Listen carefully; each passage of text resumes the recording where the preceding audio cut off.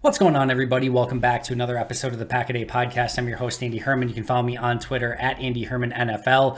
Was certainly an interesting Friday in the land of the Green Bay Packers. We've got a ton to go over today, including some Aaron Rodgers rumors, some Derek Carr updates with the Jets that we'll talk about. But I want to start with the big update and the fact that Aaron is officially back with the Green Bay Packers. No, not that Aaron. Aaron Jones is officially back with the Green Bay Packers. And this is big news, right? This is a fan favorite on the team. This is one of the Packers' all-time best running backs, somebody that you want in your locker room, somebody that is just a really, really, really good football player. And it's hard not to root for Aaron Jones in any capacity, right? He's just one of the really good guys in the league, the Walter Payton Award nominee consistently. Like, he's just that guy. You could not have enough Aaron Joneses on any team in the NFL. That's just the kind of player that he is. So he being officially back with the team is unquestionably big news no matter what, right? So let's get through some of the details first, and then we'll kind of go over what this means for the Packers, what this means for Aaron Jones, etc. So first and foremost, he does end up taking a $5 million pay cut. And one of the biggest pieces of news here is it does sound like the Packers legitimately kind of threatened to release Aaron Jones if they didn't find a way to have him take a pay cut. And based on where sort of the running back salaries were, it did make some sense for him probably to take some level of pay cut. And let me just be transparent. I am never team player taking pay cut. Like, I want the players to get paid as much as they can. I would rather they get paid than, whatever, the owners keep the money, or like it's the players should get paid what they're worth, right? But this did seem to make sense. Aaron gets to stay with Green Bay, which I think was important to him. The Packers are able to keep him on the roster. They get a little bit more financial flexibility. And I think it ended up working out ultimately for both sides in this situation. Like I said, it sounds like they did threaten to actually release him, or at least go over to say, like, hey, if you don't take a pay cut, we're going to have to potentially go in a different direction.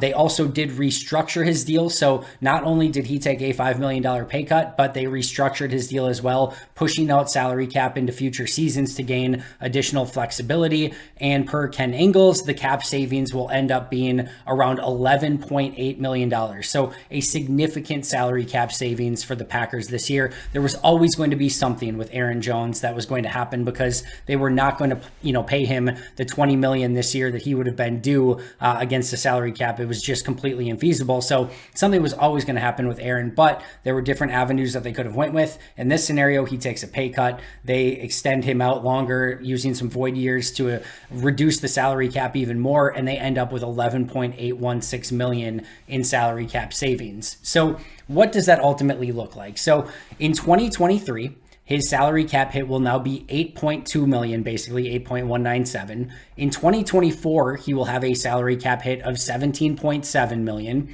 And then in 2025, when he is not on the team, assuming there's no restructure moving forward, spoiler, there will be. But if there wasn't a restructure moving forward, then ultimately he would get paid $6.638 million in 2025 when he's not even on the team. So those are his cap hits. So cap hit of 8.2 this year, 17.7 next year, and then 6.6 in 2025 when he's not on the team. So what does that amount to? That ultimately amounts to a 2-year, $32.55 million deal split between 3 seasons, this year, next year, and the following year. Now, that likely will get restructured again in 2024. It is possible they could just outright release him in 2024 based on where the savings would be at on that deal. So that's not out of the realm of possibility. It's probably more likely that they end up doing another restructure and pushing out more salary and keeping him on the team again next year. But either way, it's likely going to either be a restructure or a release. There's no way that he's going to play in 2024 under a $17.7 million salary cap hit. But as of right now, it is a 2-year, $32.55 million deal split between 3 different seasons. So that's where it's at right now. Now, it's important to note what his previous contract was, right? So his previous contract in 2023 was going to pay him $20 million this year, was going to pay him $16 million in 2024, and then his void in 2025 was only going to be about $1.5 million. So that would have ultimately have been a 2-year, $37.55 million deal. So remember, now it's a 2-year, $32.55 million deal. It would have been 2 years, $37.55. So they saved the $5 million over the next 2/3 years. years, 2 years of him playing. They saved the $5 million. And more importantly, instead of him having a $20 million cap hit this year, he only has an $8.2 million salary cap this year. So that seems good, right? And to some extent, yes, very good. And we'll get to that more in just a moment. But the other thing I want to go over really quick is that if they would have released him outright, if they would have just cut him, he would have had a $9 million salary cap that hit this year, assuming they didn't do like a, post June 1st type release. But in some capacity, they would have taken a $9 million cap hit, likely on this year's salary cap. So they now keep him this year, and they only pay him $8.2 million on the salary cap to have him on the team. And instead of, if they released him, they would have had a cap hit of $9 million to not have him on the team. That also seems better, right? Paying him less and having him on the team seems better than paying him more and not having him on the team. Very simple math and logic there.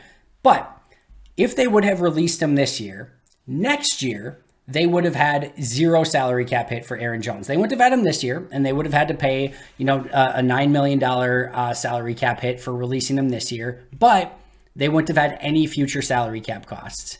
If they release him next year, which I said is potentially likely, if not a restructure, in which case they'll end up paying him even more money. But if they release him next year, they'll have a $12.36 million salary cap hit next year. So basically what the option was for Green Bay is, do you want no Aaron Jones this year or moving forward, but have to pay $9 million?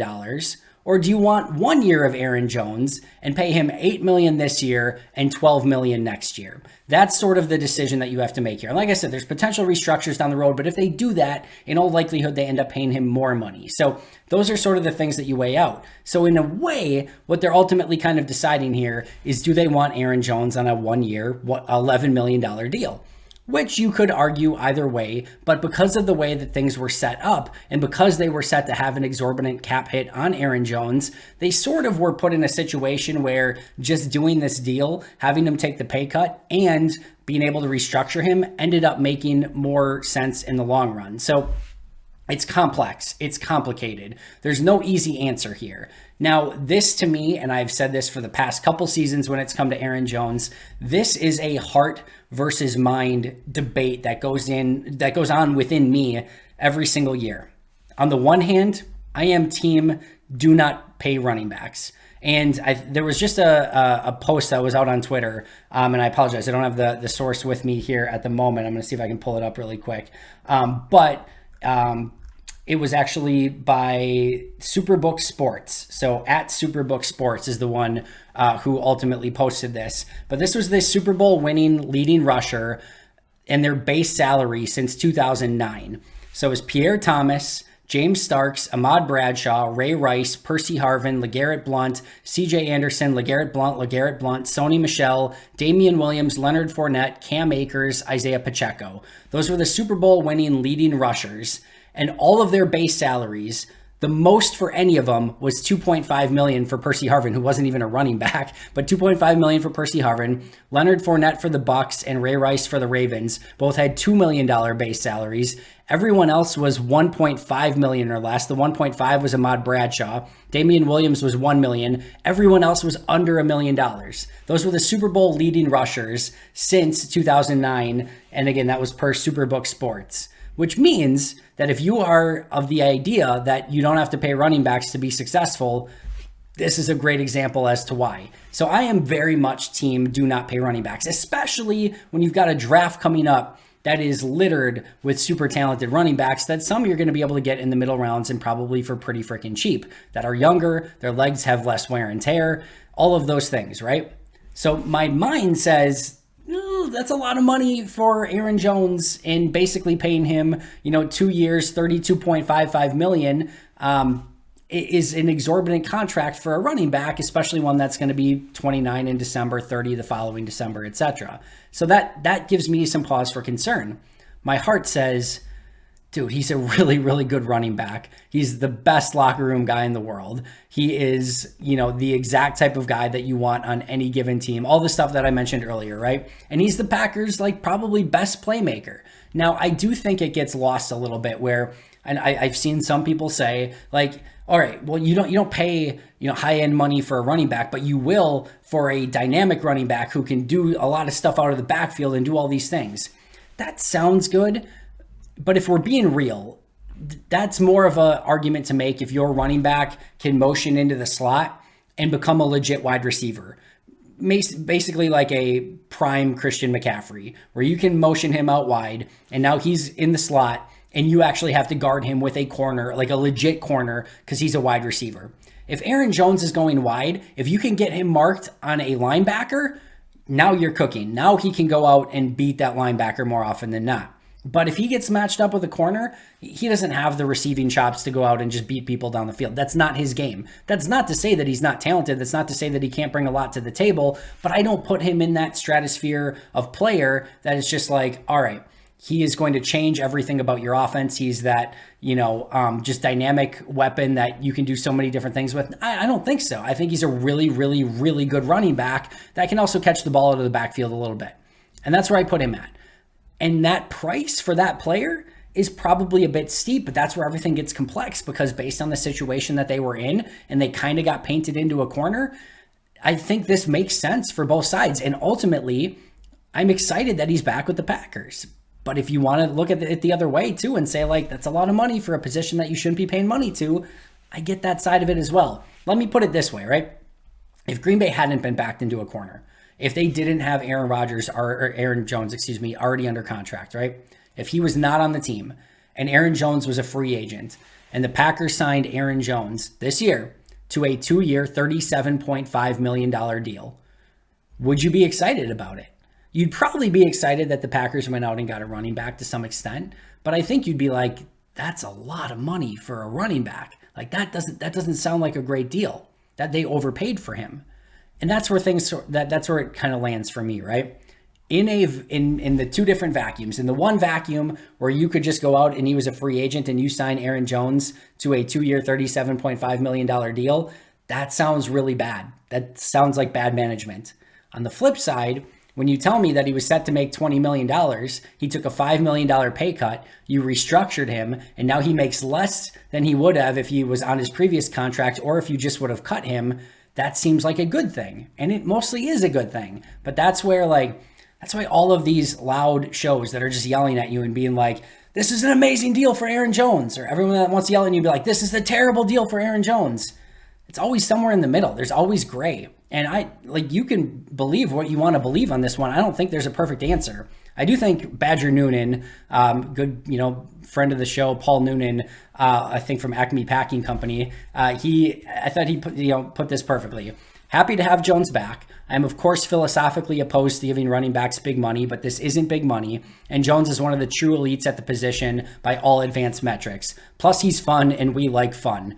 I think that's well said, right? And if you do look at some of the more advanced metrics for Aaron Jones, he is a heck of a running back. And you look at, there was an advanced metric here that was put out, and it was basically rushing yards over expected and then expected points added for running backs from 2008 to 2022. So that's a pretty significant wide range, right? And they have to have a minimum of 1,000 designed rushes in that time period. And there's like a scatter point of what looks probably like 50, 60 backs maybe on this chart, maybe a little bit less. There are 3 that are in the highest of stratospheres when it comes to this statistic. Again, rushing yards over expected and EPA, which is, again, expected points added. The 3 running backs are Nick Chubb, Aaron Jones, and Jamal Charles. Those are the 3 that are in the cluster that are just leaps and bounds above every other running back during that time period. That's where Aaron Jones has been. So when Paul says, when you look at the advanced metrics, how good Jones is, he has been. He's been phenomenal, and he does need to clean up the fumbles a little bit. That can't happen as much, especially in big moments. I do think he needs to be a little bit more of a threat down the field. But like I said, for me personally, the head says, I'm not so sure. The heart says, I'm so happy he's back, and I'm happy to cheer him on for as ever long as he can be a Green Bay Packer, because he's just one of the all-time good ones. All right, so that gets us to our next topic, and that is Derek Carr, and basically just a recap of what I said the other day. And what I said the other day is this Green Bay Aaron Rodgers decision is going to need to come to a head very soon, because Derek Carr can sign at any time. And we get the news on Friday that he is now visiting the New York Jets over the weekend. They're going to host him. They know that they are interested in bringing in a veteran quarterback. And one of the worst things that could happen for Green Bay is if all of a sudden the Jets and Derek Carr reach an agreement. Because it's the Jets and the Raiders and maybe the Packers that seem to be the three teams that are the most likely for Aaron Rodgers to end up on. And what you'd ideally want is hopefully the Jets and the Raiders to bid against each other for Aaron's services. If all of a sudden the Jets sign Derek Carr before they can get a decision known from Aaron Rodgers, all of a sudden that takes one team off the market, and now it's just the Raiders, and you probably don't get as much in return, potentially. Not saying that's 1,000,000% going to happen, but that's why you want this done, the decision done sooner rather than later, so that Green Bay can get involved in these conversations and be like, yeah, Aaron's on the market, come make us an offer. And instead, the Jets are kind of have to be in this no man's land, assuming that they want Aaron to be like, all right, we don't know what Aaron's going to do, and now Derek's coming to visit us. What if they hit things off and things go exponentially, and all of a sudden Derek's like, yeah, I want to be a Jet. And they're like, we want you too, but we kind of want to check with Green Bay first. But Aaron's on a darkness retreat and we can't reach him. So again, I think there's going to be time here for these things to play out, but that time is running out is more my point. Like I said before, I don't think this weekend is going to change much of anything. I don't think Carr and the Jets are going to reach an agreement on this weekend. I think Carr's probably going to take a couple additional visits, but I do think it's probably important for Green Bay, if at all possible, that they could get a decision from Aaron next week so that they can start having these discussions. And for Aaron too, right? If Aaron does want to go to another team, he wants as many options available to him as possible too. He doesn't want to eliminate any options, certainly at the hands of Derek Carr. So I think it just makes sense for both sides that they start getting on this sooner rather than later. And that brings us to the most recent news and rumors surrounding Aaron Rodgers. Hold on. I need to take some Advil really quick because this whole thing is just, I'm ready for it to be done. Let me put it that way. Because what are we doing today? We are commenting on somebody's thoughts and intuitions, basically, as to what they think is going to happen with Aaron Rodgers. That's the point that we're in. And that's where, and maybe this is just Green Bay Packer fan fatigue from years of Favre, and then we got a reprieve for a while, but now years of Rodgers of, is he going to be back? Is he not going to be back? Is he going to be back? Does he want to trade? Does he want to stay with Green Bay? Is he going to retire? It's tiring. And I think the least fun part about it, right? I think there's fun conversations to be had. Who's the leader in the clubhouse and the odds that is going to get Aaron Rodgers? And what could you potentially get in a trade for Aaron Rodgers? What teams make sense to trade him? There's fun, there's fun conversations to be had out of that. But this to me is where it just gets into, there's a void, right? And this is kind of what Aaron was talking about on McAfee, where like right now, and his inner circle is tight and only a small group of people know what Aaron wants to do. And I'm sure there's probably an inner circle for the Packers, and there's only so many people that know exactly what the Packers want to do. And right now, because Aaron's doing his own thing and the Packers are like, take your time, even those two inner circles that need to talk to each other aren't currently talking to each other. But what happens is there's this time frame where there's this massive void, and we get the random reports from Adam Schefter, we get the random reports from Ian Rappaport, we get the random updates from Mike Florio, we get Bob McGinn chiming in, and we have to decide, what do we make of these sources and reports and intuitions and all of those sort of things. And that's where it just gets a little bit exhausting, and it's just a little bit of like, what are we doing here? So that being said, it is a noteworthy discussion at this point, so we're going to go over it. We're going to talk about it like we talk about everything related to the Packers, because we do this 365 days a year. And I'll just say ahead of time, I know that there are those of you who are big fans of Bob McGinn, who are subscribed to Go Long and trust everything that he's saying. I know that there are others of you that can't stand Bob McGinn and think he's not worth his, weight in what he's writing, and think that this has been something that he's been wrong on reporting in the past. I understand both of those things. And I'll interject here by saying this. I have no idea. I have absolutely no idea. I have no source. I'm going to spoiler. I am not in Aaron Rodgers' inner circle. I am not in the Packers' inner circle. I have no idea. I had somebody DM me on Friday night. and like, what's going to happen with Aaron? And I'm like, I have no clue. But it's like, well, what's your gut feel? I have no idea. My gut feel is the same as it's been. I would probably lean towards Vegas right now, which, by the way, the Packers are now third in Vegas behind the Raiders, who are the heavy favorites, and the Jets have now moved into second, with the Packers being third. Make of that what you will. But like, I also kind of believe that the easiest solution is the most likely, and that just is Aaron playing with Green Bay. I have no idea. All right. Here was what here's the quote from Bob that started this off.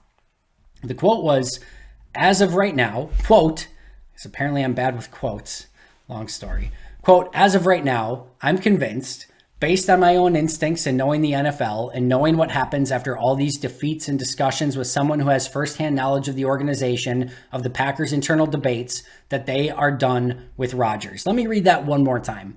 Quote, as of right now, I'm convinced, based on my own instincts and knowing the NFL and knowing what happens after all these defeats and discussions with someone who has firsthand knowledge of the organization, of the Packers' internal debates, that they are done with Rodgers. Now, that is a lot to take in, all right? This is an interesting way to go about this. So he starts with, I'm convinced, one, based on my own instincts. All right, that doesn't mean anything. Second, and knowing the NFL, that doesn't mean anything. Three, knowing what happens after all these defeats, that doesn't mean anything. So he starts with three qualifiers that I have no idea what that means, all right? And then he says, and discussion with someone who has firsthand knowledge of the organization, of the Packers' internal debates, that they are done with Rodgers.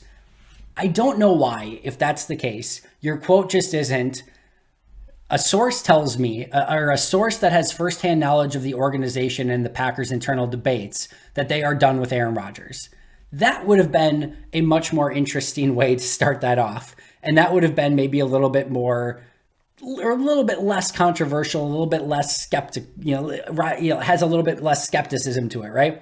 I don't know why you start with, I'm convinced based on my own instincts and knowing the NFL and knowing what happens after all these defeats.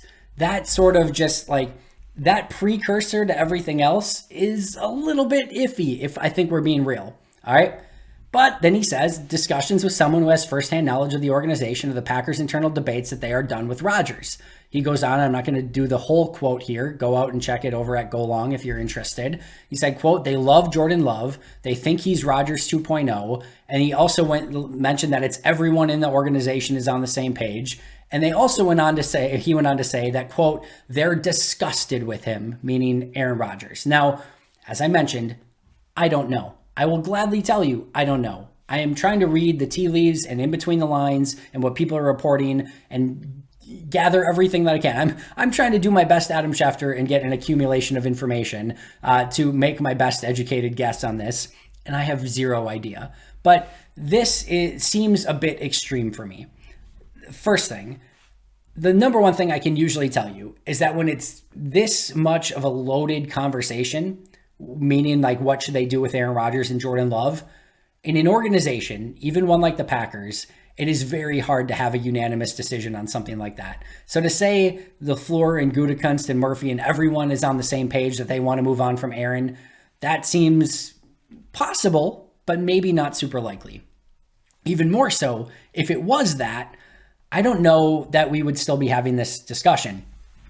It seems to me that they would just come out and say, we're going to go to Jordan Love, because that gives all of the attention then to that they have confidence in Jordan Love, right?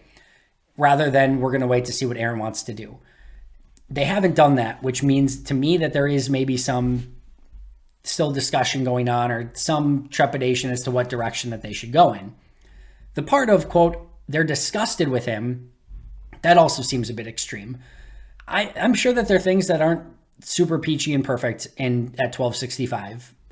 I'm sure that there are some things that they have some concern over. I'm sure that there's some things that they, that just didn't go the way that they expected it to last year. I have no doubt about that. But disgusted with him, once again, if they're disgusted with him, to me, that's an open and shut. They're moving on from him and they have confidence in Jordan Love and they're going to work to find a trade for Aaron if he wants to come back and play. To me, that's an easy it's not an easy thing to say, but if you're disgusted with him and you think Jordan Love is the next Aaron Rodgers 2.0, after the season's done, when you're Brian Gutekunst, you go up to that press conference and you say, this year we're going to move forward with Jordan Love as our quarterback. And we're going to work to make, get Aaron to a spot if he wants to play, that's going to allow him to be successful and have a chance to win a Super Bowl in 2023 as well. And that's what you do. That hasn't happened. So again, this all seems a little bit extreme to me. I will say the one thing that keeps coming back to me over and over in my head, especially on the day that they found a way to keep Aaron Jones, right? When he was asked about all the different players and will they be back in 2023, Aaron Jones, absolutely. We absolutely expect Aaron Jones to be a member of the Packers roster in 2023. Now, maybe that wasn't totally truthful because it sounds like they threatened to release him, but I do think they legitimately wanted him back and they were able to work something out. I still go back to when he was asked about Aaron Rodgers twice. He gave the same canned statement 2 times in 2 different press conferences, not far from one another. We want all our guys back. And I'm going to steal a bit from Michael Che here a little bit, but that's kind of like if your wife asks me, do you love me? And you say, I love all women. That's not good enough, right? That's not going to get you in a great spot with your wife if that's your answer, or your girlfriend or boyfriend or husband or whomever, right? I say, do you love me? I love all women. I love all men. I love all whatever, right? That's not going to get you very far. So the answer of, do you want Aaron back? We want all our guys back. That's like grouping them in with Jonathan Garvin. We just want all of our guys. Aaron, Jonathan Garvin, we want all of them back, right? That leaves a lot to me to be desired for somebody if they're all in on Aaron Rodgers. That doesn't give me I don't think they're really all in on Aaron Rodgers. I keep coming back to that over and over. That to me is the one tell. And the fact that he used the same canned statement twice in 2 different press conferences, we want all our guys back. And then it goes on to the Aaron Jones question. Of course we want Aaron Jones back. Of course, absolutely we want Aaron Jones back. Do you want Aaron Rodgers back? We want all our guys. That to me still remains a tell. But as I said, I have no idea. And your guess is as good as mine. This has become noteworthy either way, because if you're Bob McGinn, right, and you're going all in on this again, and that the Packers are disgusted with him, and that they don't want him back at all, and that Jordan Love is Aaron Rodgers 2.0, and all of it, right? If Rodgers is back with the team, that is a bad look. This isn't all in from Bob McGinn. And if he's right, well, then this is very noteworthy, because of that, right? So I don't know. That's why I took Advil. I don't know what to make of it. Your guess is as good as mine. This is why I just want this to be done with. And whatever the decision is, whether it's Aaron, all right, Aaron's the quarterback. Let's figure out how to make this work. If it's Jordan, all right, Jordan's the quarterback. Let's figure out how to make this work. And we can move on from there. But until we get there, there's probably going to be 50 more anonymous sourced reports and another, bunch of crazy stories and what's going to happen next. And I'm just ready for the next actual shoe to fall and us figure out exactly what's going to happen next. So I will say this, Bob McGinn has been nothing but nice to me in any conversations I've had with him. I've done, I had to do some courses for when I was doing my scouting classes. I had the opportunity to work with Bob, and he was above and beyond nice to me. Just amazing. So I have respect for him for that. I have no idea, like I said, what his sourcing process is. I know some of his draft stuff that he does to me is like the best in the business. All the scouting reports that he gets and acquires from actual NFL scouts is phenomenal. I do know, like I said earlier, he's been wrong on some of the other stuff when it's come to covering the Packers as of late. And that just is what it is. But I have a lot of respect for what he's done in the past. And like I said, he's been nothing but nice to me.